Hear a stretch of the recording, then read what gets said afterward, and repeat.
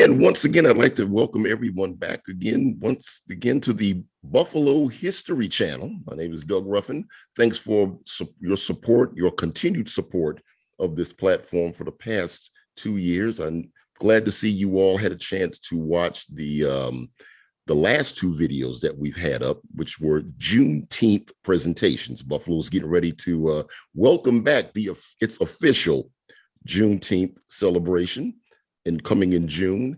And our last two presentations, of course, were the Juneteenth concert of 1978, where I talked to three ladies that organized that concert, as well as we also had an interview with a young lady by the name of Aliyah Agostini Livingston, and she introduced her new children's book, which was titled The Juneteenth Story, which was inspired by the Buffalo Juneteenth, as well as her grandfather, Judson Price, who was one of the original Juneteenth founders, along with my father, of course. So now we have actually going to be talking about, this is going to be a third Juneteenth presentation, because last year, the young lady that I have joining me on the platform today had a very amazing event that took place last year. It was called the FreeTHEM Walk. And they went to a lot of different places, which we're going to talk about, but it ended in a major celebration in the city of Buffalo. The Buffalo History Channel was on hand to welcome them back home from their journey on their FreeTHEM Walk. And we're going to talk about it right now with this young lady that I have on my platform. Her name is Kelly Diane Galloway. Kelly, welcome to the Buffalo History Channel. Thank you so much for having me. It is always an honor to be in the presence of people who preserve history and are doing amazing things. So thank you. Absolutely. And we have to say thank you for the work that you do, which we'll find out right now, because I know that you fight against human trafficking, correct? Yes. And you have an organization called Project Mona's House. Can you talk to us about that? Yeah, well, Project Mona's House is Western New York's first and right now only restoration home for women who've been victimized by human trafficking. Our mission is super simple. It is to restore women who've been victimized by human trafficking, but also do work to prevent it. And a lot of that work looks like awareness and education. The simplest way we can say what we do is we fight against slavery. Absolutely. And certainly in keeping with that theme of, with Juneteenth, where it was an ending to slavery as well. And now you had first let me ask you this question. Talk about how long has Project Mona's House been going on? Well, Project Mona's House is just one of the programs of my nonprofit called Ramp Global Missions. And so the program, or officially to fight human trafficking, is only 4 years old. Okay. Talk about some of the support that you've received throughout your 4 years from the city of Buffalo and beyond. I feel super supported by my city, from elected officials to men and women who lead out congregations of faith, and just, my friends that I grew up with in Central Park, to individuals I literally just meet, and we have some kind of kindred spirits, and they become my brothers and sisters for life. I think that the support has been amazing. I think one of our biggest support groups are artists and creatives in the city of Buffalo. And honestly, it's funny that that is the situation, because I only really learned about human trafficking through art, through creative, a creative means, cinematic arts, through film. And so it was like in 2008 that I saw that film, Taken. And for those who are watching this, Taken is such a dramatized, it's completely Hollywood, but there are some things that might be true, but cinematic arts is what lit the fire on the inside of me to do the work that I'm doing. And so I think it's like a complete 360 of how art has continued to help propel and make people in the city of Buffalo aware that this is going on. And so I think our biggest support comes from communities of faith and artists. Absolutely, absolutely. Now let's go into the FreeTHEM Walk. Where did the Mhm. inspiration for that come from?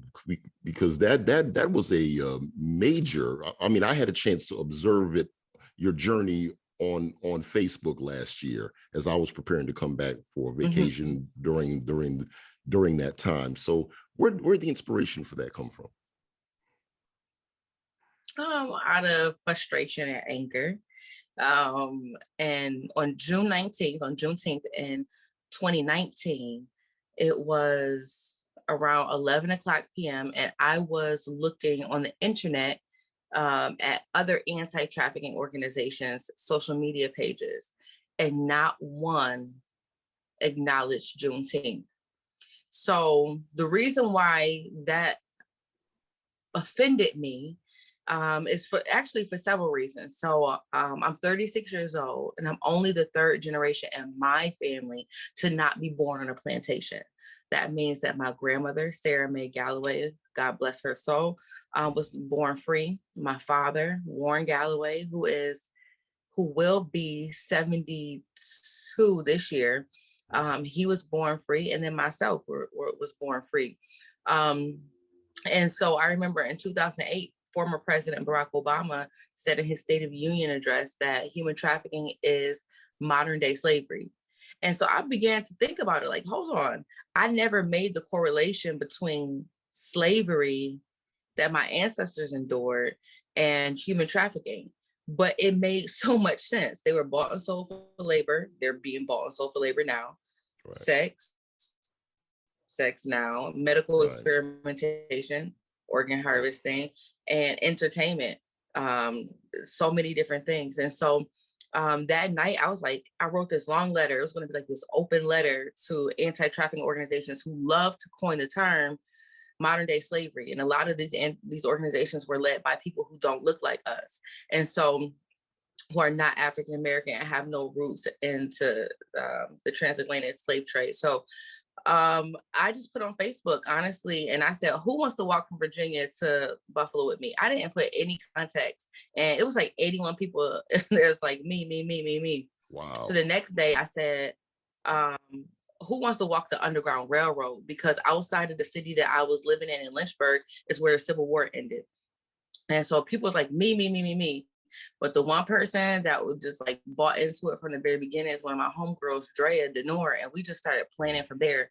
And so it really sparked out of my frustration that how do you say that you fight modern day slavery and give no recognition on Juneteenth to the largest, or acknowledge rather, the largest legal human trafficking ring that ever right, existed in our country. And so out of that, I was like, you know what? Let me not write this open letter. I feel like I can raise awareness to people who don't know about human trafficking and the individual by walking on the Underground Railroad and say we need the railroad to come back. And then I can also spread awareness to those who say they fight human trafficking, but don't even have the sensibility or sensitivity rather to acknowledge the hardships that our ancestors endured who were the original trafficking victims in this country. So when Buffalo sent us off, okay, they sent us off on May 1st and we got to Lynchburg, okay, Virginia. And then so we started the journey in the city that I spent 14 years in, which is okay, Lynchburg, Virginia. And right, we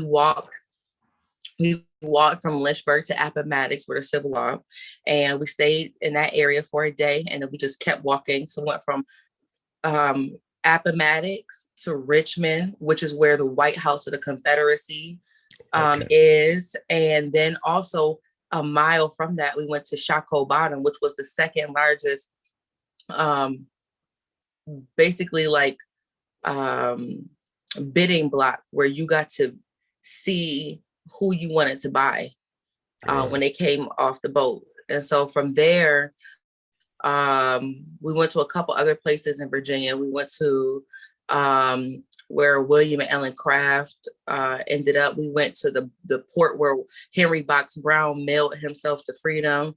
We also went to the place that my ancestors were enslaved, which is Warrenton, Virginia. They worked on a tobacco plantation. And then we crossed over into the DMV, the DC, Maryland area. Okay. Okay. I see. Yeah. Yeah, I've seen. And then all the way up the East Coast to Delaware. Okay, because I know because I remember when I saw some of your videos. I'm still familiarizing myself with the area myself. I knew that I remember you somewhere within that Richmond area. Did you have a chance to stop through the Harriet Tubman Museum? Yeah. Okay, that's the one with the big mural. Yeah, we were there. Yeah. Okay. Yeah, we took pictures there. We it's if you look at the trailer for our film, we were outside of there. We didn't just go there. That was our last trip for that day. We ended up going to her birthplace. We visited her birthplace first. Then we went to the store where she got hit in the head. And after that, she started having visions. And then we went to her museum after that. So, and we walked the same grounds that she did. And in fact, anywhere in that area, especially in the state of Virginia, if you turn around in a circle, especially down, Southern Virginia, I remember the tour guides telling us, like, listen, you could turn all the way around and there's not going to be one piece of land where your ancestors did not till the ground or work or were responsible for. And it was just like, man, you kind of would be even afraid to just dig because you never know what you're going to find. And then the courage and the boldness that it took to we didn't walk at night. We did start walking early in the morning before the sun rose, and it would be pitch black. And you just like, man, they made this journey. It would, we all had expensive shoes on. We were geared up with water sacks. I'm just like, yo, our ancestors were so resilient, strong. They knew they were able to navigate their way by using astrology, knowing the stars. There was no social media back then. And it was no GPS. No, not at all. The GPS that they used was knowing the earth and then being able to know the patterns and they didn't know that they knew science, but they did understanding how the sun worked and how the moon worked and how the stars worked. And that's how they navigated themselves to each stop on the Underground Railroad. And I mean, honestly, one of the most incredible stories or one of the most incredible finds is all the individuals that had something to do with the Underground Railroad. It wasn't just Black people. It was Black people, white people, Irish, Italian, Native Americans, because they understood the terrain. It was even some political figures. I mean, people of all different faiths and ethnicities. We learned some really incredible stories. I think one of the most moving moments for me was standing in the room that Harriet Tubman used to sleep in Philadelphia when she would bring people to freedom, and how she was almost caught one time. But just seeing how people have preserved the history and preserved these stories so that we can have a trail to follow when it comes to the talk about freedom. See, like, I believe in freedom as a whole, not just from human trafficking, but financial freedom, emotional freedom, just like freedom. And I think if we take the same principles that our ancestors used, that it would give us, that we would experience freedom on so many different levels that we have never experienced before.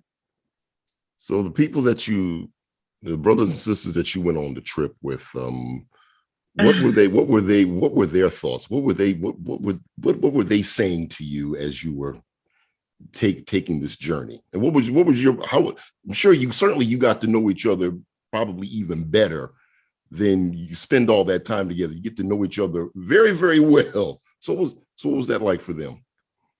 Well, first of all, everybody that went on a trip is crazy. So like, listen, if somebody walks up to you and like, or calls you, I call one of my friends, like, listen, can you just, because the walk was originally supposed to happen in 2020. And because of the pandemic, we got shut down. Yeah. But life happened for people. Like one guy, he's in Hollywood making movies right now, and working. Then you have another gentleman. He was like my right hand back then. He met a woman and fell in love. And I was like, and his wedding was on Juneteenth. So I'm like, you can't, like, you have to work. Like, nobody's gonna want to just marry you if you just quit your job, like, so, and then, some of them have children and jobs and stuff like that. And most of them were entrepreneurs, but I'm just like, if you're willing to take this journey of a lifetime with me, I will be so honored to have you. And so, yes, we got to know each other in a lot of different ways, because first of all, we had to sleep in an RV together, and it was so many of us. And I mean, like in the bed that I was sleeping in, which was at the top, it was like me, my friend from Guatemala flew in to walk the FreeTHEM Walk with me, and my friend Christina, the owner of High Class Hair. Then you had another bed with two people. Then you had another bed with two people. Then in the back you had a bed with three people. And then you still had air mattresses. And then sometimes people might donate money so we could stay in the Airbnb if we were close to civilization, because you got to remember, we're walking in the middle of nowhere. Yeah. So there's not always a house. It's not always anything. So we had to live in an RV with all of those people. And I mean, if you were a light sleeper, you just weren't going to sleep, because everybody. I can imagine. Even me. I'm not going to act like I wasn't in there calling the cows, but and then it was an experience, like literally living with this amazing, incredible group of people for almost 50 days. Mm-hmm.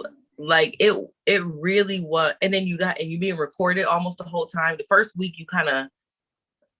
you see the camera, but after a while, you don't even see the camera anymore. When you that's what it's like being on a reality show. See? Yeah. So, because I always used to wonder on a reality show, and I still think reality shows are staged to an extent. Right. Ours, they are not. But when your feet get to, I mean, it was like one day I had to call to Buffalo, because we had our staff meetings, and if I started walking at 6 a.m, I would be done by 10 a.m. for that day. Mm-hmm. And then I would, shower and get on the phone with my team by like 10:30 and 11. It was just one day I just had to cry because I hurt so bad. And so if you were not a massage therapist before the trip, you ended up being one by the end of it, because I mean, literally, and I'm talking about that. These are some of the people in the walk were like really fit, but just walking and the temperatures. I remember one day, we were walking there was no shade at all, and just walking in the sun. And then I don't know what the sun does to your body, but for some people, their skin just blew up, like everything just swelled, their hands, everything. And I'm just like, but we're doing this for a reason. Every morning when we would gather, we would say the names of the women, some of the women that we would walk for. We would honor those who we didn't have the chance to walk for, but they ran for us, and I think remembering why we were there is what allowed us to finish, because at the end of the day, if I say that I am here to fight and bring an end to human trafficking, what I'm really saying is I want to give the gift of Juneteenth to everybody that is enslaved. That means you deserve your day of freedom, your own personal Juneteenth. And so we worked very hard to be on schedule. Some days we did have to take off and then figure out ways to make up. And I remember it was like one time we looked up and it was like 30 people that met us in New York City. And what ended up happening was we were able to split our miles up, and it helped the walkers to like regain our strength, because we had got behind. But people would come from Buffalo, people would come from Virginia and somebody even flew from Oklahoma just to help us walk. And so, I'm grateful. I don't remember everybody's name that even walked with us, but for my 13 friends, they're crazy. I love them. And if I could do it, if I had the time and the strength to do it, I would do it again with those same people. Okay, I'm sure they do it with you. I'm sure you get a few more that will go with you. So you get back to Buffalo, and Yeah. I was there, and I could see that the support was there, the love was there. I saw y'all up on the steps of City Hall. Take us back to that day. What was going through your mind? That just that sense, because I knew there had to be that sense of accomplishment that you Yeah. made it, and you made the ancestors proud. Take us Well, back. before I answer that, Yeah. where were you? Were you at City Hall before we got there? Yeah, I was at City Hall. I was out there with everybody, had my camera set up. So you guys all walked right past me Oh, really? as you went up the stage. Oh, wow. Up the steps. Yep. So, all I remember, that day is so fuzzy right now. I just remember being so sleepy because we're like, everybody's like, okay, we want to look nice. Like at first we were like, okay, we're going to just be so busted when we get there. But we're like, no, we're going to wake up early. We're going to do our hair. We're going to do our makeup, and we're going to look nice because we knew the cameras were going to be there. But we were so tired. We were so tired because we were doing so much to get ready for that day. And I mean, everybody there probably only had about 4 hours of sleep. But I just remember us, I forgot which street that is. I don't know if it's Pearl or Church Street. We were walking down and we made a right to see City Hall. And we saw all of those people waiting for us. We had no idea. We didn't know who was going to show up, so... Oh, it was like quite a few people there. They were waiting for it. Yeah, like it was a couple hundred people there. The Buffalo police said it was like 600 or 700 people that ended up walking with us that last mile. So the DJ was playing, so nobody could hear us. We were doing our chant, but y'all couldn't hear us at first. But somehow, I remember like all the news stations, I think they saw us coming, or somebody saw us coming. And I just remember like them running and then catching us walking in. And then we had to like make our way through the crowd. And then I think once the crowd started cheering, and once I started seeing my friends that literally flew in from everywhere, oh, I feel like I want to cry again. Like just sitting there waiting for us to walk through. It wasn't just Buffalo. It was like everywhere, and I started like, I wanted to cry, and then walking up on the steps, and then just seeing everybody, I felt an immense amount of love and support. And I was just like, yo, we really did it. We really finished. And for me, not all the walkers were from Buffalo. And so I was really proud to be from Buffalo that day. They were like, yo, Kelly, like, there's a lot of people here. I'm like, I know. And then our mayor was there, senators were there, assembly people were there, state legislators, county legislators, city legislators, pastors, people who helped my village, the elders in the community that helped raise me, that helped me be who I become, the woman that I am today. And then all of a sudden I remember somebody tapping me on the shoulder. I completely forgot that we booked her, and it was Drea. And Drea was just like, Centoya Brown is here. And I had been praying to meet her. Yeah. But even when she was incarcerated, I used to like, man, like, God, please let her get free. Like, let her like experience life. I remember her story. Yeah. And so we went to the truck, I met her, and then I don't know, it was beautiful. And then when we did our chants, the city was chanting with us, and I was just super excited. You had this marching band. Where'd the marching band come from? So listen, I was only in charge, and really I wasn't in charge. Our publicist, Portia, from Ari Parson. She's our publicist. I know her very, very well. Yeah. So everything you saw happen at City Hall, she did all that. So from anybody that was on not everybody that was on the stage, some people got on the steps. We didn't ask them to, but That's Buffalo. And then, yeah. The only thing that I can take credit for from that day is asking Lala to ask her dad to DJ so that we had some family reunion music.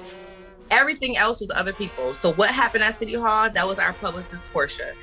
That marching band, second line band, along with Michelle Gibson, the general of the second line for New Orleans, and the dancing and the curation of all that happened with the African drums and all those, that was all Drea Denor. That was not me. Okay. So I believe Drea Denor and Naila Ansari, they put together what happened from us going from City Hall to the corridor. So that exchange of the second line and the African drummers that happened right under the arch. And then when it came time for us to walk, I prayed and then we walked under it together. We started together and we finished together. And so that was the FreeTHEM Walk. I mean, honestly, our phone rings so much. They're like, "Are you doing it again? Are you doing it again?" I'm like, "No, ma'am, we're not. No, ma'am, no, sir. We're not gonna walk 902 miles again." You can only do that a few times in life. Now, remember, they had like a mural of you in Buffalo. Yeah, I saw that too. Yeah, so after the walk was over, I went to Guatemala because I worked there too. We do some work in the garbage dumps there with some families. And all I know is Idris Wajid sent me a message. He said, "Kelly, when you get back to Buffalo, I can't even tell you." He's like, "But it's a surprise waiting for you." And so he sent me a picture of a corner. It was just a whole bunch of colors. You couldn't make the picture out. I didn't know what it was, what I was gonna see. I knew that Albright Knox was gonna do something of me. And I was in Guatemala for nearly a month. So like I said, working. When I came back, I went to my office and me and my team, we went down there, downtown Buffalo, by the casino, and I saw the mural. And to be honest with you, I didn't process that. That happened last summer. I didn't process that until this Friday night, because it was just a lot. And so I'm still processing the walk, putting everything together. Right now, we're in the midst of making a film. And so it's going to take about 10 months. I saw you had some of your crew out there. Yeah, and our trailer. I'm gonna post it again tomorrow, but we're gonna start our Kickstarter campaign. But our film, I'm telling you, we have so many stories that never made the history books. They're not, and we learned so much. We met so many people. We visited so many places, and I'm just like, we really need to decolonize education, because I believe I felt so proud to be a descendant. And I wish that I would have had that information, because I grew up, even Joya working in my school. My dad, my first book that my parents gave me to read was on Booker T. Washington. My first series I ever read was Addie by Connie Porter, that sold millions of copies. A woman from Buffalo. She lived in Lackawanna, graduated from City Honors. And so but none of this stuff was in our history books. Right. And so the stuff that we learned. And so I am grateful for that experience. And when the film comes out, I hope that everybody watches it and learns from it. So we're putting out a couple different versions. So it's going to be one feature film that I'm working with and producing with Pan American Film Division.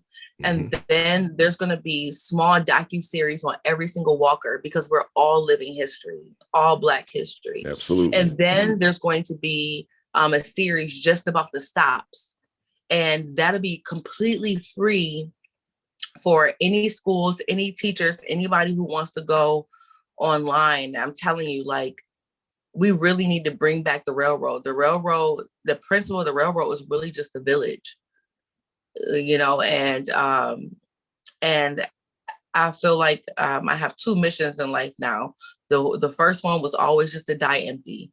You know, anything on that was on the inside of me that is any time, talent, treasures, or giftings, or anything that I believe is divinely poured inside of me, I want to make sure I leave it in the earth. I don't want to take it to the grave. And then the next thing I want to do is to resurrect the railroad. And I think that once we resurrect the railroad and actually understand what it did, how it worked, I think we'll be able to revolutionize education, our families, how we love ourselves and one another, our communities, our government. But we got to bring the railroad back. Absolutely, we certainly do.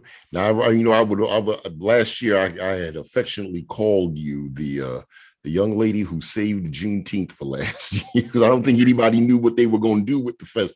Things were up in the air. I remember everybody was asking, is there going to be a festival? Is there going to be a festival this year in 2021? And then once I saw you advertise the FreeTHEM Walk and how you all were getting ready to come home and walk into the quarter, I said to myself, that's Juneteenth right there. And then it was the right, that was the right event, the right vibe, the right feel, the right, and you were in the spirit with the correct history of it. So that to me was Juneteenth for me in 2021. So I certainly want to. What were you expecting? So what you saw versus what you, let me ask you a question. Okay. So what you expected versus what you experienced, what was that like for you? Because I like to hear from other individuals, like, how did you feel that day? What did you see? What did you remember most? What part was meaningful to you? You know? The one thing that was meaningful to me was how you kept within that spirit with that event, because the purpose was to to talk about Juneteenth, but also to fight. It was fight against human trafficking, and then just to see and the energy that I saw that everybody had with Juneteenth and the excitement. It was like people were really wanted to be there. They wanted to be a part of it. Watching you all, like for example, when you guys were walking through downtown towards the corridor, I could see it reminded me of what our Juneteenth parades are like. You know, I used to be on the committee for like 5 years, from 1998 to about 2002, and our parades are just. It's not like other parades where there's nobody's off to the sides.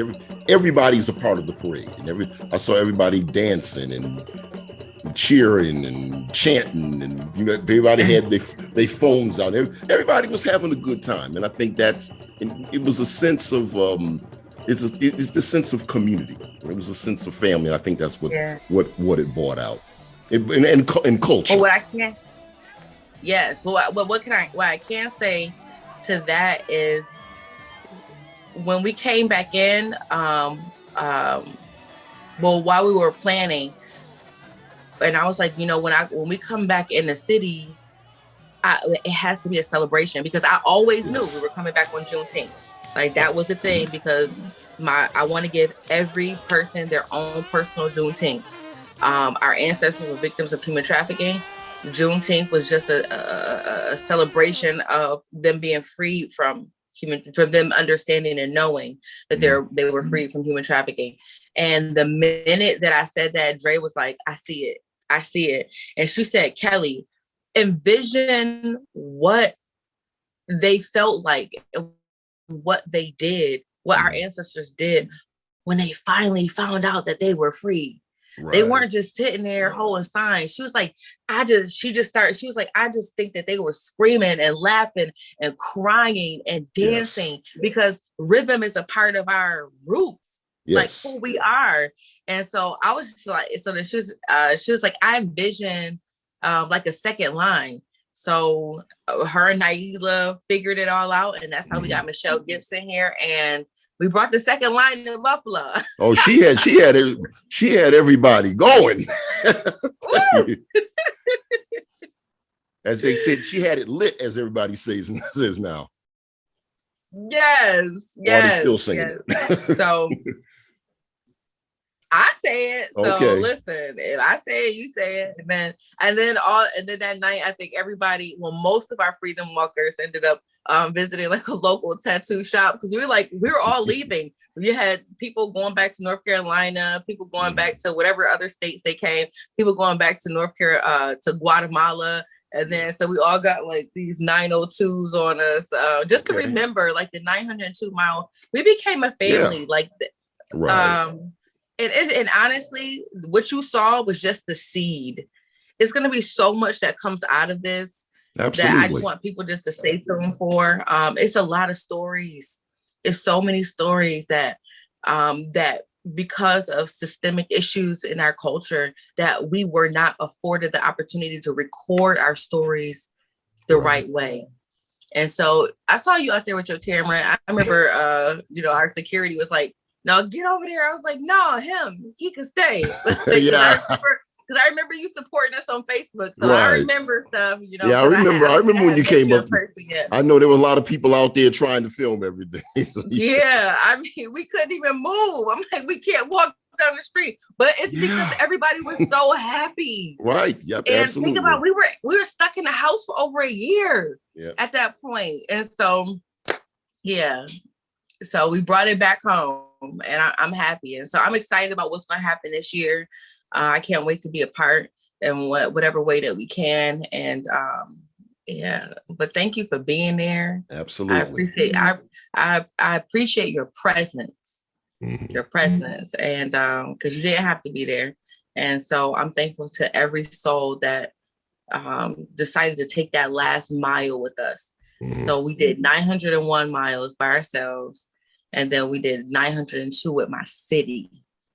We did the last mile with my city, and that I will forever be grateful for. Absolutely. Well, it was certainly well. Before we ended, you're you wanted to have an opportunity to ask for donations for your cause. Is there if anybody wants to make a donation to your organization? Yeah, I would love for people to partner with us, whether it's through volunteerism or monetarily. We are a growing nonprofit organization, and so you can learn all about the work that Project Mona's House does on our website, which is www.projectmonashouse.com. And you'll learn about the preventative programs that we have for young girls, second grade, all the way to seniors in high school, the housing and residential services we offer, and then the groups and that we offer. And we just recently, like I said, opened our FreeTHEM Center. So it's FreeTHEM. And it's a drop-in center for women who've been victims of human trafficking. They can come on Monday, Wednesdays, and Fridays. Or even people who are at risk, women who are at risk.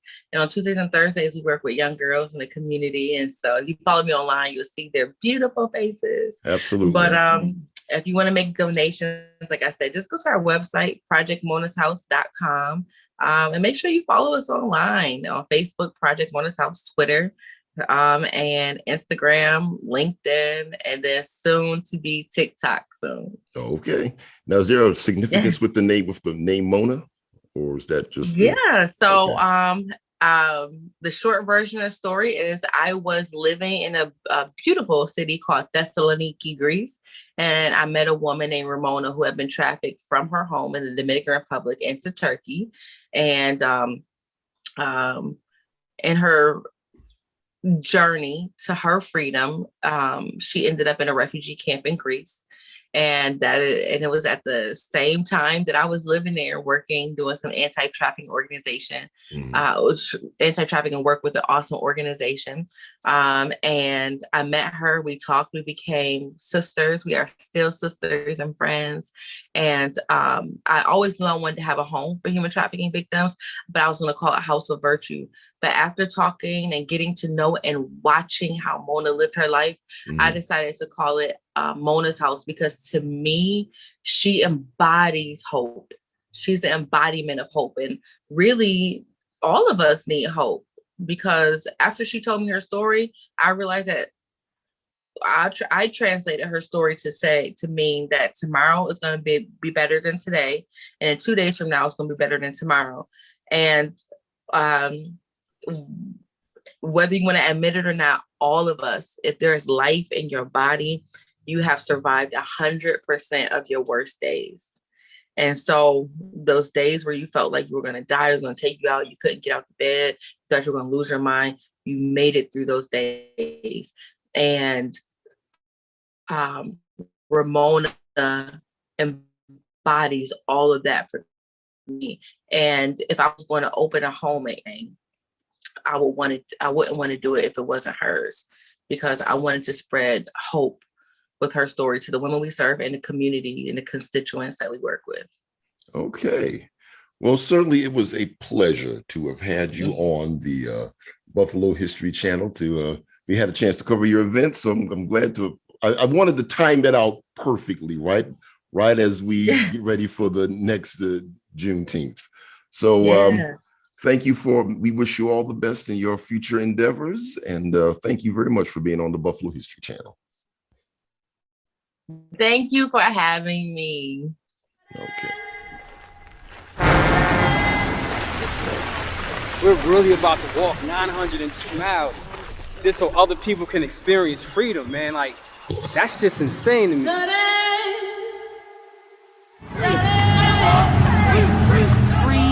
FreeTHEM Walk. FreeTHEM Walkers. FreeTHEM Walk. FreeTHEM Walk. Who are walking 902 miles of the Underground Railroad path. They will be making a statement that human trafficking must end right now.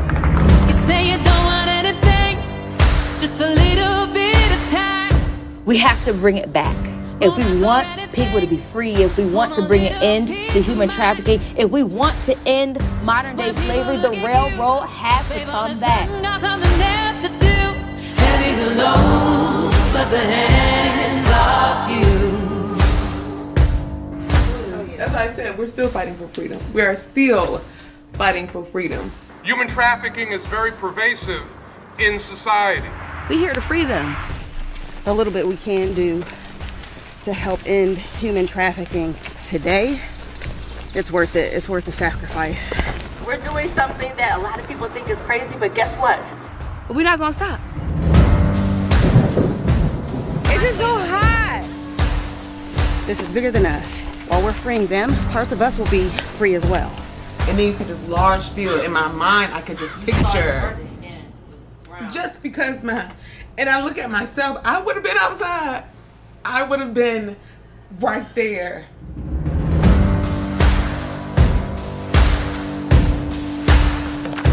How long can you walk? Heavy the load, but the hands of you. How long can you walk?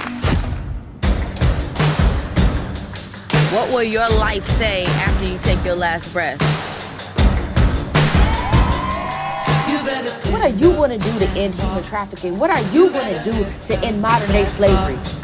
You better stand up and talk. You better step up. We are not property. You better stand up. That's why we walk.